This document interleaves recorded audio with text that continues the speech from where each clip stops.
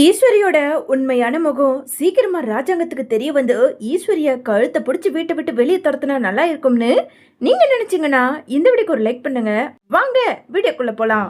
என்னங்க, சாவித்திரி சொல்றதும் ஒரு விதத்துல சரிதாங்க. நம்ம வீட்டுக்குன்னு ஒரு வாரிசு பிறந்திருக்கும் போது அப்படி இருக்கும்போது அது தீட்டு தாங்க. இந்த கல்யாணம் நடக்க வேண்டாம், எதுவா இருந்தாலும் ஒரு மாசம் கழிச்சியே நம்ம பாத்துக்கலாம் அப்படின்னு சொல்லிட்டு மோகனா தன்னோட முடிவு சொல்ல ராஜாங்கம் வேற வழி இல்லாம அந்த கல்யாணத்தையும் நிறுத்தி எல்லாருமே கிளம்பி நேரா எங்க ராஜாங்கத்தோட வீட்டுக்கு வராங்க. ச்சே, என்னன்ட்டு இதெல்லாம்? நானும் மாமாவும் கார்ல வரும்போதா அந்த தமிழ்ச்செல்விக்கு ஆக்சிடென்ட் ஆகி பிரசவ வழியில துடிச்சுக்கிட்டு இருக்கணும்.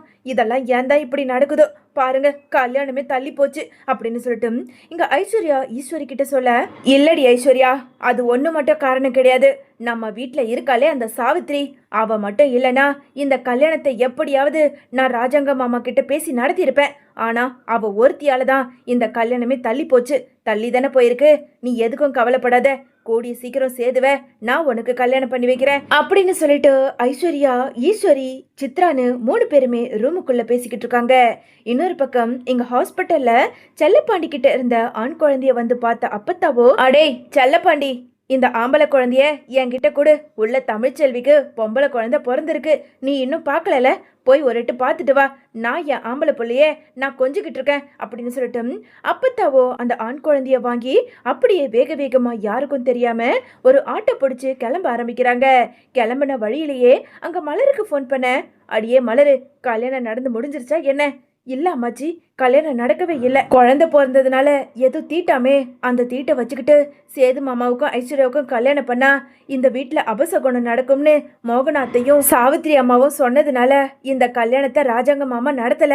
எல்லாருமே இப்போ நாங்க வீட்டுல இருக்கோம். ஆமா, தமிழ்ச்செல்வி எப்படி இருக்கா அப்படின்னு சொல்லிட்டு அங்க மலர் கேட்க, எனக்கு இது போதும், இன்னும் கொஞ்ச நேரத்துல நான் அங்கதான் வரேன், நீ போனை வை அப்படின்னு சொல்லிட்டு இங்க அப்பத்தா ஆட்டோல நேரா ராஜாங்கத்தோட வீட்டுக்கு வராங்க. குழந்தையோட இங்க வீட்டுக்கு வந்த அப்பத்தாவை பார்த்ததும் மோகனா வேக வேகமா வந்து, அடியே மோகனா, என்ன வேடிக்கை பார்த்துக்கிட்டு இருக்க?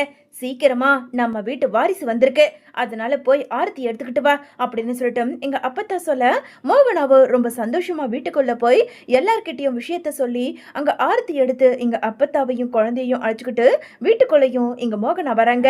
என்னைய சேது அப்படி பாக்குற? என்னமோ இந்த கிழவி கோச்சுக்கிட்டு போனாலே, இப்போ என்னடா திரும்ப இந்த வீட்டுக்குள்ள வந்திருக்காளேன்னு பாத்துக்கிட்டு இருக்கியா?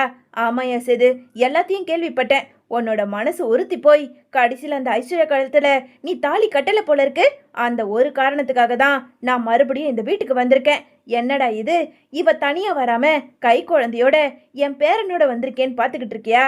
ஹாஸ்பிட்டல்லையே நீ உன் குழந்தைய தூக்கல, அதனாலதான் உன் பிள்ளைய உன்கிட்ட சேர்க்கலாமேன்னு நான் தூக்கிட்டு வந்திருக்கேன் அப்படின்னு சொல்லிட்டு இங்க அப்பத்தா சொல்ல, உடனே மோகனா இருந்துகிட்டு, அத்தை என்னத்த சொல்றீங்க?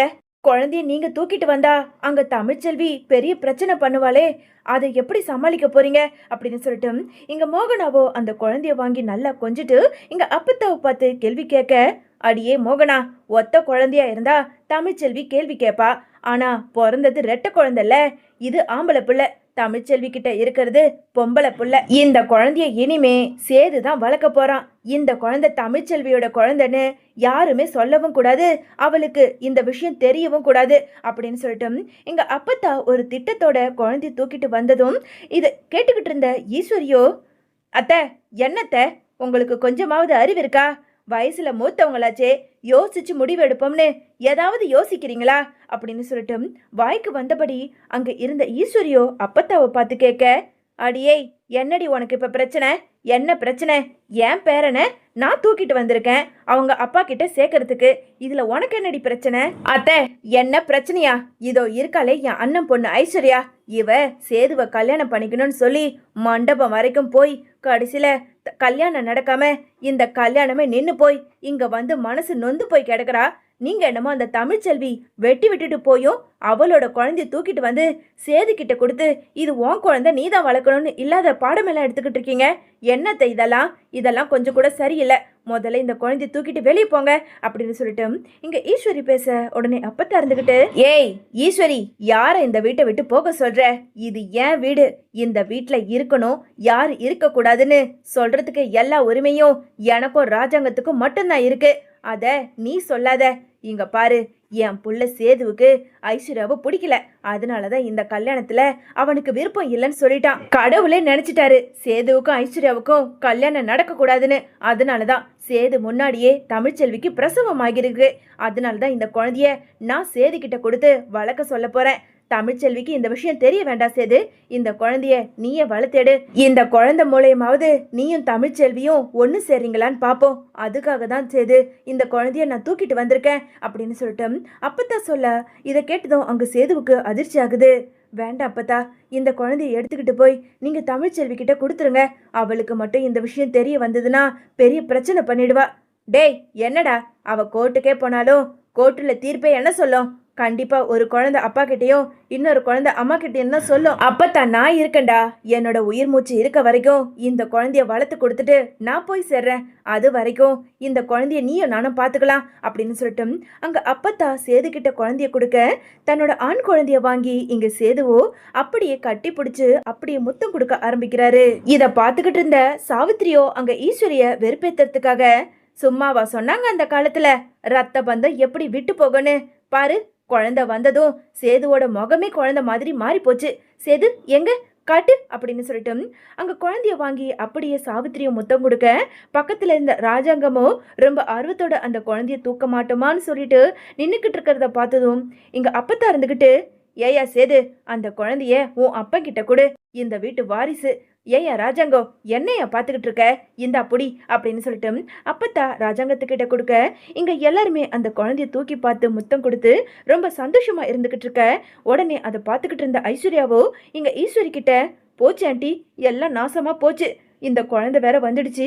சேது மாமா கண்டிப்பா என்ன கல்யாணமே பண்ணிக்க மாட்டாரு. ஏற்கனவே நானே தான் போய் மாமா கிட்ட வழிய பேசி திட்டு வாங்கிட்டு இருப்பேன். இப்போ அதுவும் இல்லாம தான் போக போகுது. என்ன மாமா கிட்ட சேர்க்கவே போறதில்ல. இப்போ என்ன பண்றது ஆண்டி அப்படின்னு சொல்லிட்டு இங்க ஐஸ்வர்யா பேசிக்கிட்டு இருக்க. உடனே இங்க ஈஸ்வரி இருந்துகிட்டு, மாமா என்ன மாமா இதெல்லாம்?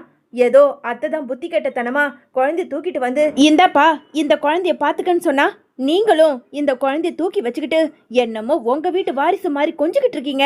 என்ன மாமா இதெல்லாம் அப்படின்னு சொல்லிட்டு இங்க ஈஸ்வரி பேச, உடனே மோகனா இருந்துகிட்டு, இங்க பாரு ஈஸ்வரி, என்னதான் சேதுவுக்கும் தமிழ்ச்செல்விக்கும் சண்டை வந்து ஒருத்தருக்கு ஒருத்தர் பிரிஞ்சு இருந்தாலும் இந்த வீட்டு வாரிசு தான் இந்த குழந்தை. இதை யாராலையும் மாத்தவே முடியாது.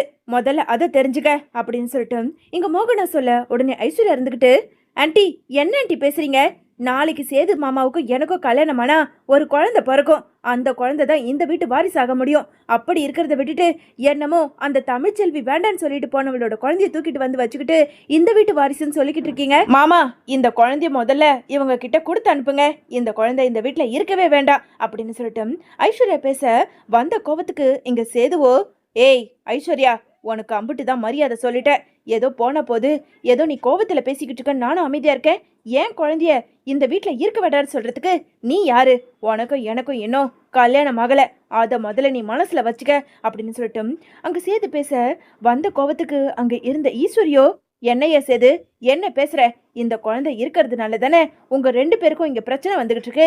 இந்த குழந்தைய நான் இப்பவே எடுத்துக்கிட்டு போய் அங்க தமிழ்ச்செல்வி கிட்ட கொடுத்துட்டு வரதான் போறேன் அப்படின்னு சொல்லிட்டு அங்க இருந்த குழந்தைய அப்படியே அப்பத்தா கிட்ட இருந்து புடுங்க. இத பாத்துக்கிட்டு இருந்த ராஜாங்கமோ அங்க ஈஸ்வரிய, ஏய் ஈஸ்வரி, என்ன காரியம் பண்ணிக்கிட்டு இருக்க? அது குழந்தை, இந்த வீட்டு வாரிசு அப்படின்னு சொல்லிட்டு ஓங்கி பலார்னு ஈஸ்வரியோட கண்ணத்திலே ஒரு அறை கொடுக்கறாரு. என்ன மாமா இதெல்லாம்? இங்க என்ன நடக்குது? எதுக்காக இந்த குழந்தைய எடுத்துக்கிட்டு வந்து இங்க வச்சுக்கிட்டு நாடகம் ஆடிக்கிட்டு இருக்கீங்க? இல்ல இந்த குழந்தை எம்புட்டு நாள் தான் இந்த வீட்டுல இருந்துட போது? நாளைக்கே வந்து அவ ஆத்தாக்காரி அந்த தமிழ்ச்செல்வி வந்து கேட்டா என்ன பண்ணுவீங்க? என்ன பதில் சொல்லுவீங்க? இந்த குழந்தைய தூக்கிட்டு போகிறதுக்கு வரதானே போறா அப்படின்னு சொல்லிட்டு இங்க ஈஸ்வரி பேச, உடனே அப்பத்தா இருந்துகிட்டு, ஏய் இங்க பாரு, இந்த குழந்தை தமிழ்ச்செல்வி குழந்தைன்னு இது வரைக்கும் அவளுக்கு தெரியாது. அவளுக்கு பிறந்தது ஒத்த குழந்தைன்னு மட்டும்தான் அவளுக்கு தெரியும். நான் தெரிய வச்சுப்பேன். அதை விட்டுட்டு இந்த குழந்தைய நான் இங்க தூக்கிட்டு வந்திருக்கேன், இப்படி சேது ஒரு குழந்தைய வளர்க்குறான்னு சொல்லி அந்த தமிழ்ச்செல்வி காதுக்கு போச்சுன்னு வச்சுக்கோ, அதுக்கப்புறம் நீ ரோட்ல தான் கிடப்ப, ஜாக்கிரதை அப்படின்னு சொல்லிட்டு அப்பத்தா ஈஸ்வரிய வெளுத்து வாங்குறாங்க.